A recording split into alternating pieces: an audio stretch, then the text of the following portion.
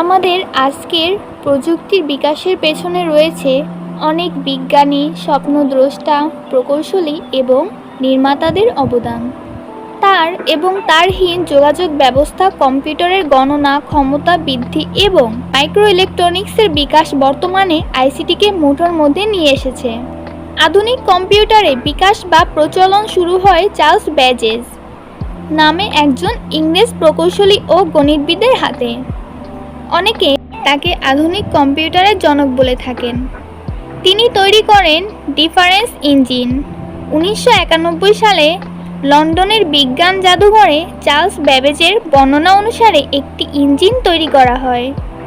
দেখা যায় যে সেটি সঠিকভাবেই কাজ করেছে এবং পরবর্তীতে তিনি অ্যানালিটিক্যাল ইঞ্জিন নামে একটি গণনা যন্ত্রের পরিকল্পনা করেন। তবে গণনার কাজটি কিভাবে আরও কার্যকর করা যায় সেটি নিয়ে ভেবেছিলেন কবি লর্ড বায়রনের কন্যা অ্যাডা লাভলেস।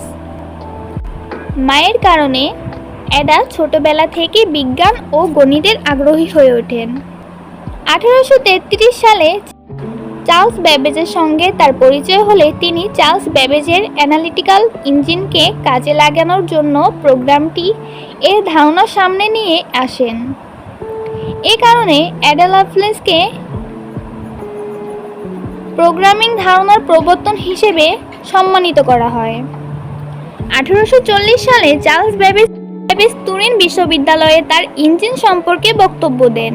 সে সময় অ্যাডা লাভলেস চার্লস ব্যাবেজের সহায়তা নিয়ে বক্তব্যের সঙ্গে ইঞ্জিনের কাজের ধারাটি ধাপ অনুসারে ক্রমাঙ্কিত করেন।